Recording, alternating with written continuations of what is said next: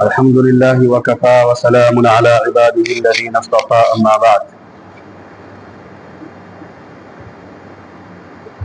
لائق صد احترام معزز سامعین مکرم، اللہ رب العالمین کا بے انتہا فضل ہوا، احسان ہوا کہ اس نے ہم سب کو جمعہ کی نماز کے لیے ایک جگہ جمع فرمایا ہے۔ ساتھ میں یہ بھی ہم پر عنایت فرمایا کہ تھوڑی دیر کے لیے اللہ کی بات سننے اور کہنے کی توفیق عطا فرمائی۔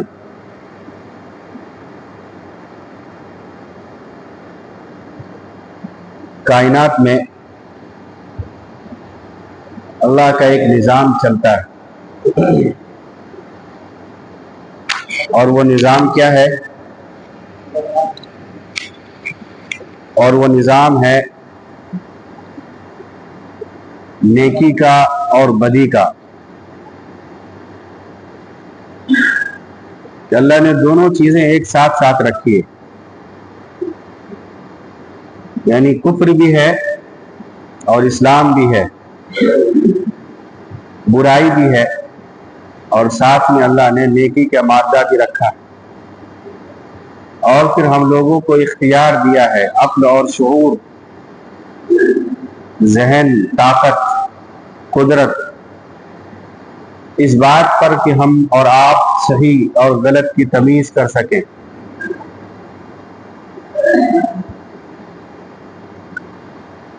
لہذا کل قیامت کے اندر جو فیصلہ ہوگا اور سوال و جواب کا جو معاملہ ہوگا، وہ اسی بنیاد پر ہوگا کہ جب ہم نے سمجھ بوجھ، فہم و فراست، صحیح کو صحیح اور غلط کو غلط سمجھنے کی قوت جب ہم نے انسان کو دے رکھی تھی، تو کیا انسان نے ان چیزوں کو بروئے کار لاتے ہوئے صحیح پر عمل کیا یا غلط پر عمل کیا؟ حق کے ساتھ کھڑے رہے یا ظلم اور کفر کے ساتھ کھڑے رہے؟ اسلام پر عمل کیا یا غیر اللہ کے طور طریقوں پر زندگی گزاری؟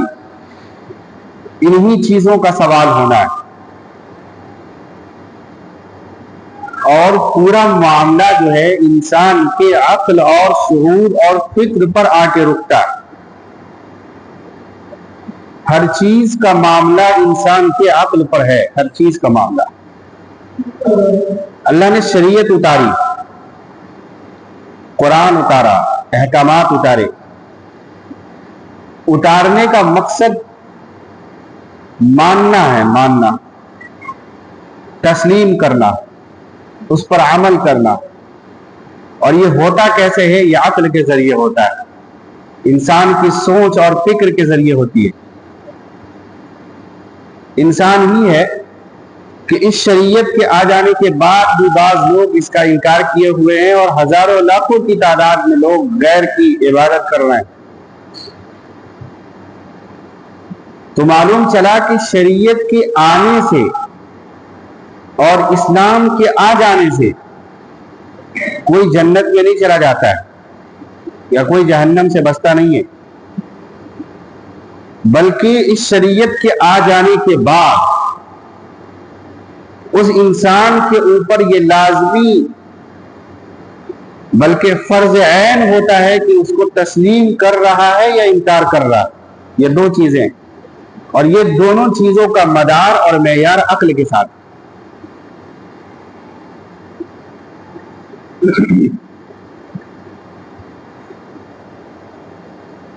ایک مسئلہ یاد آیا، علماء نے بڑی بڑی کتابوں میں یہ مسئلہ لکھا ہے کہ مان لیجئے کہ ایک ایسے علاقے میں جہاں پر اسلام نہ پہنچ سکے، جنگل ہو، بیاباں ہو، انسان نہ بستے ہوں، 4-5 لوگوں کی تعداد ہو، اور وہ پیدا ہو اور وہیں مر جائے۔ اسلام کی کوئی بھنک بھی نہ پہنچی ہو اس علاقے میں اسلام کیا ہوتا ہے،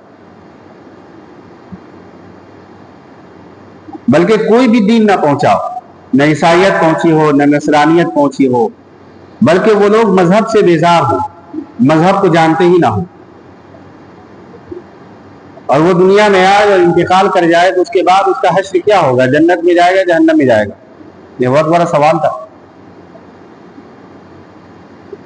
امام اعظم ابو حنیفہ کی رائے یہ ہے کہ اس کے عقل پر فیصلہ ہوگا،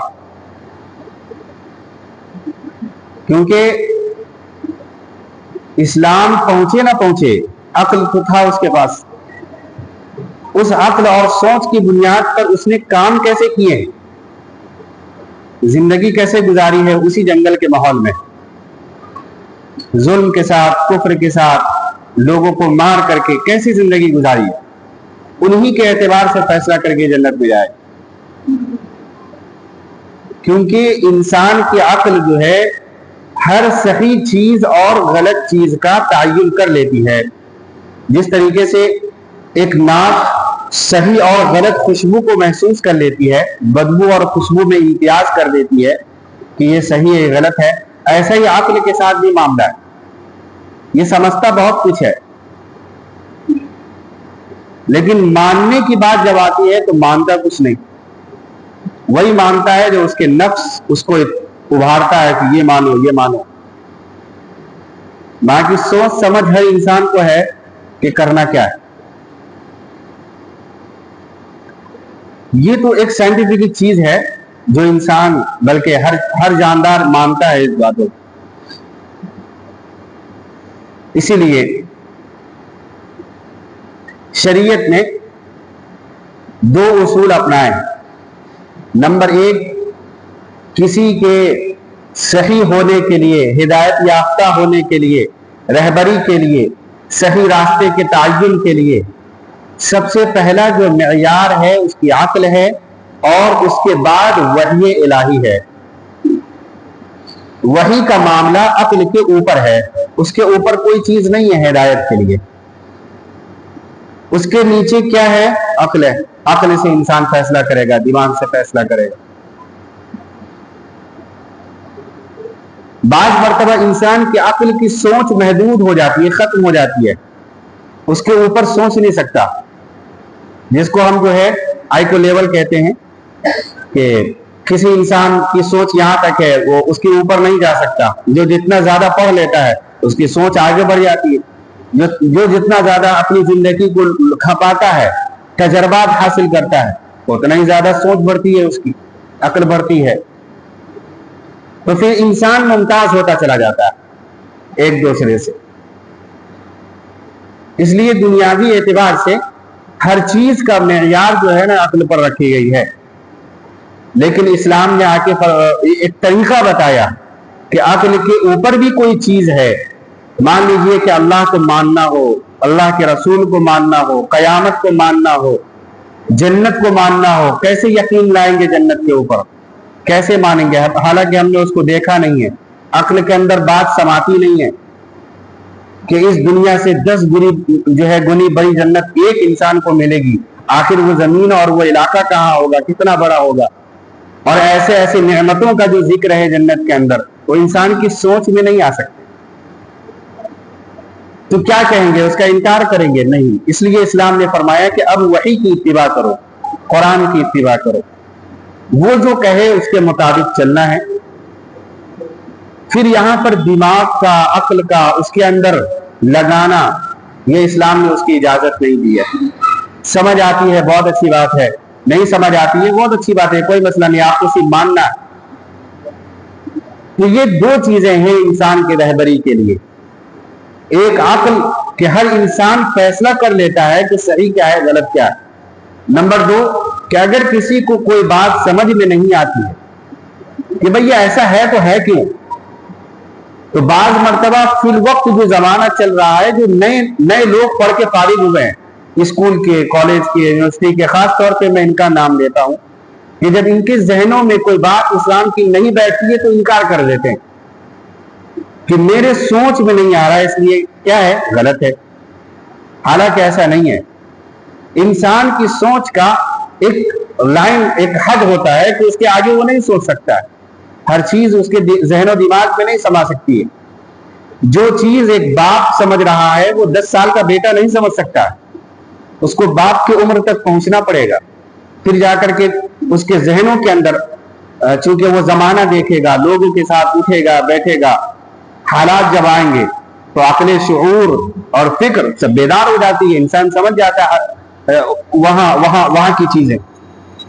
लिहाजा छोटा बच्चा कहे कि मेरे वालिद ने वहां जाने से मना किया है, मैं जाऊंगा, क्योंकि मेरे अक्ल के अंदर समा नहीं रही है कि क्यों ना जाऊं, ये गलत है।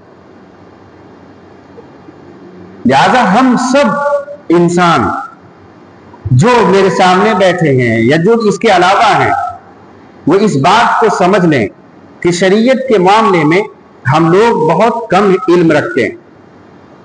शरीयत बहुत बड़ी चीज है। शरीयत के हर मामलात को अपने जहन, अपनी अक्ल और अपने दिमाग पर परखना, बाज मर्तबा उलमा ने इसको जायज नहीं लिखा है, बिल्कुल नाजायज है। इसलिए इत्तिबा और ताबेदारी पैदा करना चाहिए। ताबेदारी बहुत बड़ी चीज है।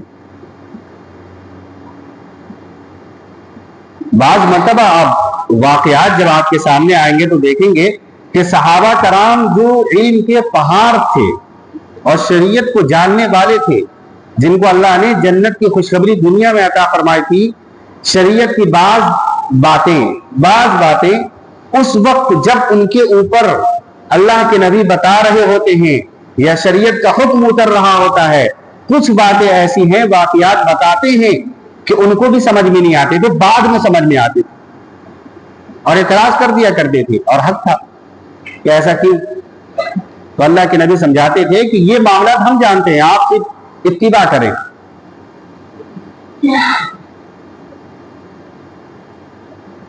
बहुत मशहूर वाकया है हजरत उमर बिन खत्ताब का। जब बैत चल रही थी, हजरत उस्मान गनी रजी अल्लाह तआला अन्हु के शहादत को लेकर के जो एक अफवाह हो रहा था, जब मक्का के अंदर वो गए थे तो वहां पर क्या हुआ था, बहुत सारे सहाबा के अंदर शुकूक और शुबात थे कि अल्लाह कुरान की आयतें उतार रहा है कि हमने तुमको फतह मुबीन अता फरमाया है, हालांकि उनकी आंखें देख रही थी कि कोई पता नहीं है।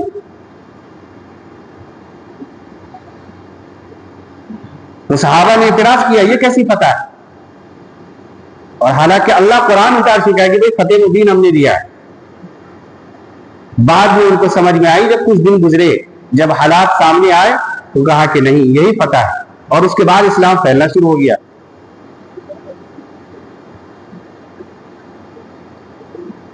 इसलिए इस बात को समझने की हमेशा हमको फिक्र करनी चाहिए कि शरीयत की तरफ से हम नाबालिग बच्चे हैं, हम बहुत बालिग नहीं हुए। हर चीज को अपने एतबार से परखना और समझना ये ठीक भी नहीं है। बात चली हजरत उमर की, तो अर्ज कर दूं कि आज ही के दिन हजरत उमर बिन खत्ताब रजी अल्लाह तआला अन्हु की शहादत वाक़ हुई। आज यकुम मुहर्रम है, यानी 1 मुहर्रम, और आज ही हजरत उमर बिन खत्ताब रजी अल्लाह तआला अन्हु शहीद किए गए। बहुत बड़ी शख्सियत थी।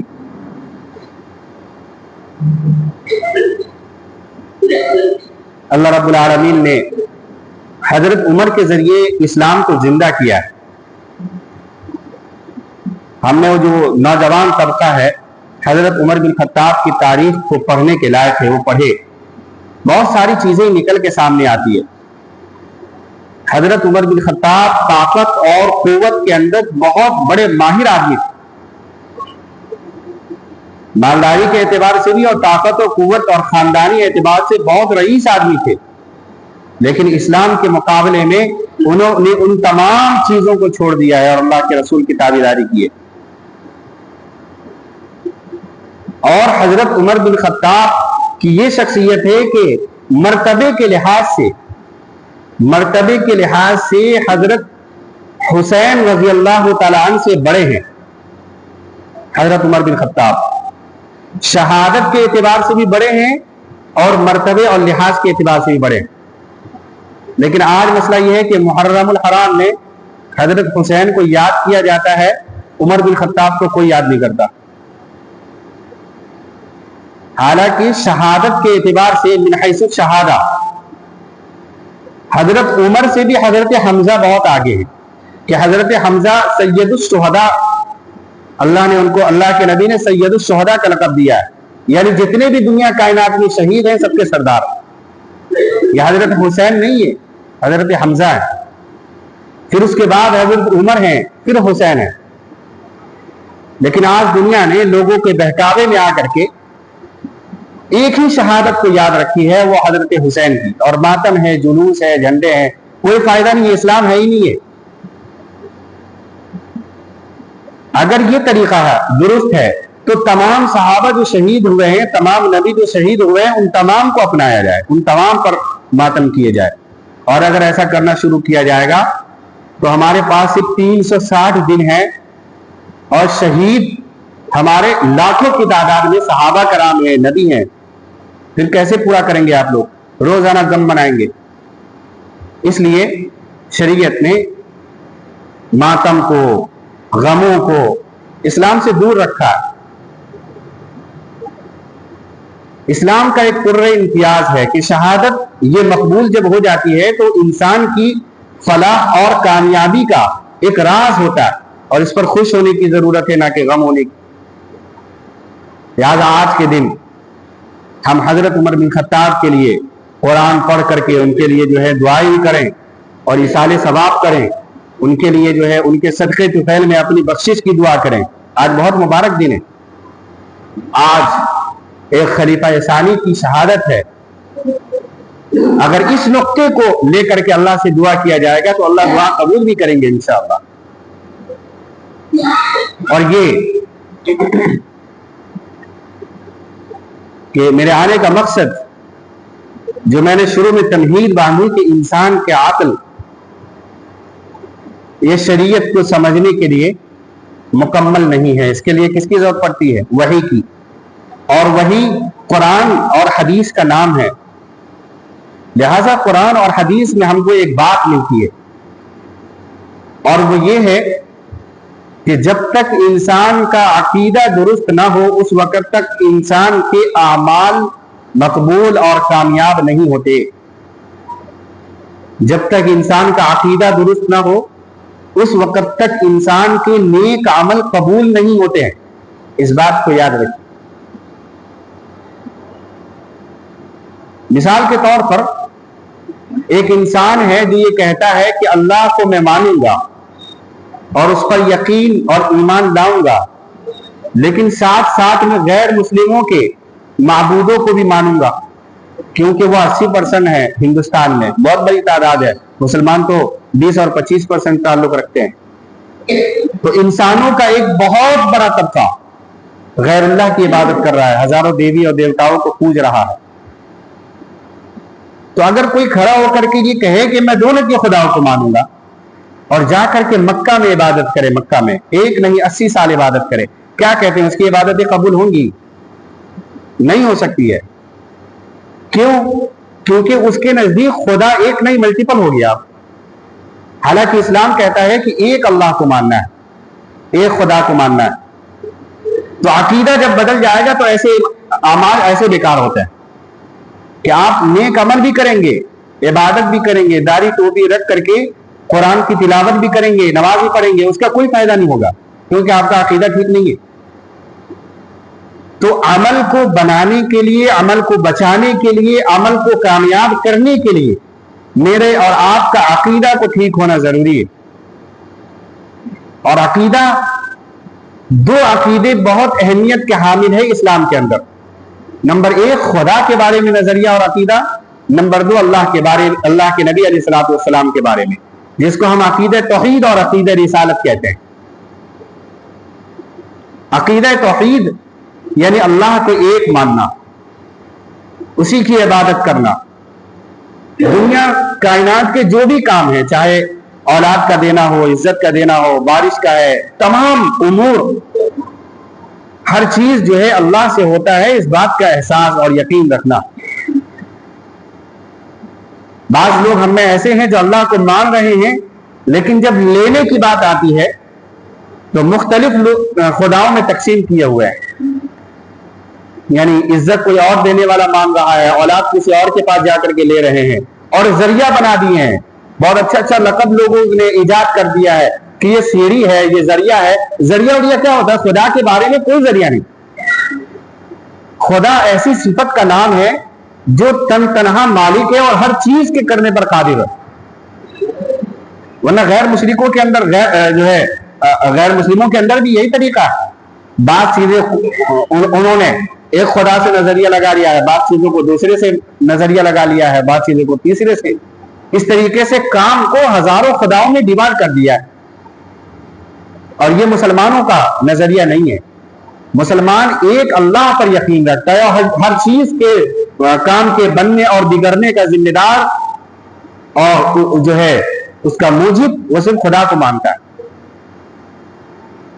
یہ صفت ہونی چاہیے۔ اور دوسرے نمبر پر عقیدہ رسالت۔ عقیدہ رسالت کا مطلب یہ ہے کہ اللہ کے نبی علیہ الصلوۃ والسلام آخری نبی ہیں، آپ کے بعد قیامت تک کوئی نئے نبی نہیں آ سکتے۔ یہ نظریہ کہ اللہ کے نبی کے بعد کوئی نبی نہیں آ سکتا۔ بعض جو فتنے چل رہے ہیں ملک کے اندر، شکیل بن حنیف کا فتنہ، گوہر شاہی کا فتنہ، قادیانی کا فتنہ ہو، ان تمام فتنوں کا دار و مدار جو ہوتا ہے وہ رسالت پر ہوتا ہے، توحید پر نہیں۔ کیونکہ وہ کہے گا کہ اللہ کو نہ مانو اور اس کی دعوت دے گا تو دوسرا آدمی اس کو اٹھ کے تماشا مارے گا کہ بھائی اللہ ایک ہوتا ہے، کیونکہ ہر شخص جانتا ہے۔ لیکن جب رسالت کے بارے میں شکوک اور شبہات پھیلاتے ہیں تو ہم لوگ مان لیتے ہیں۔ بھائی رسالت کے بارے میں بھی ہمارا اور ہم مسلمانوں کا ایک واحد نظریہ ہے کہ اللہ کے نبی آ چکے ہیں، آخری نبی، اور اس کے بعد کوئی نبی نہیں۔ اور جب نبی نہیں آئیں گے تو نبی کے جیسے لوگ کیوں آئیں گے؟ نبی کے جیسے سے کیا ہوتا ہے؟ ذلی نبی اور بروزی نبی، اس کا سایہ اور اس کا جو ہے یہ وہ، اس کی کیا ضرورت ہے؟ بات سمجھنے کی ہے۔ قادیانی نے کہا کہ ٹھیک ہے نبی نہیں آ سکتا ہے لیکن اس کا سایہ آ سکتا ہے، اسی کو ذلی نبی کہتے ہیں۔ تو بس سایہ لے کے کیا کریں جب نبی کو نہیں؟ اگر لینا تھا تو پورے نبی لے لیتے، سایہ لے کے کیا کریں گے آپ؟ اسی لیے قیامت تک کسی نبی کی کوئی ضرورت نہیں۔ یہ کتاب اور یہ شریعت یہ سب آخری ہے، اور اسی کے اندر تمام خیر اور بھلائی چھپی ہوئی ہے، اس کے علاوہ کسی کی کوئی ضرورت نہیں۔ یہی بات حضرت عیسیٰ اور مہدی کی، تو کم از کم یہ سمجھ لیجئے کہ حضرت عیسیٰ اور مہدی بہار میں یا ہندوستان کے اندر نہیں پیدا ہوں گے اور نہیں آئیں گے۔ ایک پنجاب سے اٹھا ہے اور ایک بہار سے اٹھا اور یہ کہہ رہا ہم مہدی ہیں، ہم عیسیٰ ہیں۔ بھائی بہار اتنا اچھا شہر نہیں ہے کہ اللہ جو ہے حضرت عیسیٰ کو پیدا کریں گے بہار میں۔ حضرت عیسیٰ کے لیے عرب کنٹری ہے، اللہ آسمان سے قرب قیامت میں عرب کے اندر نازل کریں گے ان کو۔ حضرت مہدی کو بھی مدینہ کے اندر پیدا فرمائیں گے، بہار میں نہیں آئیں گے وہ۔ لہذا ان چکروں میں کبھی بھی کوئی آیا اور اس طریقے کی دعوت دے کہ یہ ہے وہ ہے اور بہار میں یہ ہو گیا وہ ہو گیا، کچھ نہیں ہوا بھائی۔ بہار میں تو کچھ نہیں ہو سکتا، یاد رہے۔ تو یہ عقیدے مسلمانوں کے مضبوط ہونے چاہیے۔ اور آخری بات، چونکہ وقت اور ٹائم بھی ختم ہوا، کہ ہم اور آپ جانتے ہیں کہ ہماری یہاں کی سرکار ہو، یہاں کی گورنمنٹ ہو، یہاں کے لوگ مسلمانوں سے نہیں بلکہ اسلام سے دشمنی کرتے، اور اسلام کے دشمنی کے اندر وہ مسلمانوں سے دشمنی مول لیے ہوئے ہیں، اور اس کا طریقہ انہوں نے یہ اپنایا ہے کہ ان کی زمین چھین لو۔ جب زمین ہی نہیں رہیں گے تو رہیں گے کہاں بیچارے؟ مریں گے تو قبر میں جانے کی زمین نہیں، رہیں گے تو نماز پڑھنے کی زمین نہیں، اور زندہ ہے تو گھر کو چھین لیا جائے۔ اس طریقے کا معاملہ ہے، موب لنچنگ ہے۔ اور ہزاروں اعتبار سے اب تو یہ معاملہ ہو گیا کہ سنسد میں قانون بن رہے ہیں، پارلیمنٹ میں قانون بن رہے ہیں کہ اس کو نکالو۔ لہٰذا ہم لوگ بالکل آخری قطار پر کھڑے ہیں، اللہ یہ کہ ہم جاگ جائیں اور اپنے حقوق کے لیے آواز بلند کرنے والے بن جائیں تو ہم بچ سکتے ہیں۔ ورنہ ان کی سوچ اور ان کی فکر اور باطل کے نظریات اتنے آگے ہیں कि वो चाहे तो 2 मिनट में हमको यहां से सतह हस्ती से मिटा दे, जैसे कि अंग्रेजों ने मिटाया है। 3 साल में 18,000 उलमा किराम का कत्ल किया है अंग्रेजों ने। 3 साल के अंदर 18,000 उलमा, और वो उलमा के चुनिंदा बड़े किस्म के थे, छोटे नहीं। अवाम का कत्ले आम तो मत पूछिए, अंग्रेज की तारीख उठा लीजिए। वो चाहते हैं कि दोबारा मुसलमानों के साथ मुल्क में यही हो। लिहाजा हर तरफ वक्त बचाओ, कानून बचाओ, दस्तूर बचाओ के लिहाज से मीटिंग चल रही है, प्रोग्राम चल रहे हैं, धरने चल रहे हैं, एहतजाज चल रहे हैं। जिली एतबार से मेरे और आपके जिला के अंदर ही प्रोग्राम हो चुका है इमारत शरिया के जेर निगरानी, और पूरे बिहार में ये मामला चल रहा है, पूरे इंडिया के अंदर चल रहा है। अभी इसी एतवार को 29 जून को, आने वाले एतवार को, इमारत शरिया पटना बिहार में पूरे बिहार लेवल पर एक एहतजाजी धरने का इनेकाद किया है पटना के गांधी मैदान के अंदर। और मुसलमानों से उन्होंने ये इल्तिमास की है कि हमने का हर शख्स वहां पहुंचे। पहुंचने के बाद कम से कम हमारे ये हाथ और हमारी ये सर गैर को नजर आनी चाहिए कि ये लोग मुत्तहिद है। और ये बहुत जरूरी है, याद रखिए। किसान के मामलात में यही हुए, कानून बन गया था, फिर कानून वापस लेना पड़ा। 700 जान गई थी, लेकिन कानून तो वापस मिल गए उन बेचारों को। तो कानून बन जाना ये ठीक है, बना दिया गया, हमारी भूल थी, लेकिन उसके बाद बदलना ये मेरे और आपकी जिम्मेदारी है, और बदलनी पड़ती है। और इससे पहले बदली जा चुकी है कई कानून इस हिंदुस्तान में। बाद मुसलमानों में मैं देख रहा हूं तहरीरात है और बहुत सारी चीज गर्दिश कर रही है कि ये कानून बन गया, तुम कुछ नहीं कर सकते, क्यों एहतजाज कर रहे हो? नहीं कर सकते हैं इस हिंदुस्तान में। और हाल की बात है कि किसानों ने यह मामला किया, और जब किसान कर सकते हैं तो पूरी मुसलमान जो इसके अंदर एक ताकत है आज भी अल्हम्दुलिल्लाह, हम किताब और सुन्नत पर मुत्तहिद है, हम क्यों नहीं कर सकते? लिहाजा कहीं ऐसा रहो जैसे कि अमीर शरीयत सैयद अहमद वली फैसल हमारी बारहा कहा कर रहे हैं कि अगर हमने इस मामलात में ढील दिया और ये लोग मुकम्मल तरीके से फारिग हो गए, तो जब हमारे वालिद का इंतकाल होगा तो हम में से हर शख्स अपने वालिद के जनाजे को लेकर के मस्जिद के बाहर खड़े रहेंगे, क्योंकि उनके पास दफनाने के लिए जगह नहीं होगी और वो पैसे भी नहीं होंगे कि वो जमीन खरीद सकें। आज किसके पास पैसा है? लिहाजा ऐसी नौबत ना आए जैसे कि आज बाहर मुल्कों में चल रहे हैं कि पैसा दीजिए, जमीन खरीदिए, फिर अपने वालिद को जो है दफनाइए।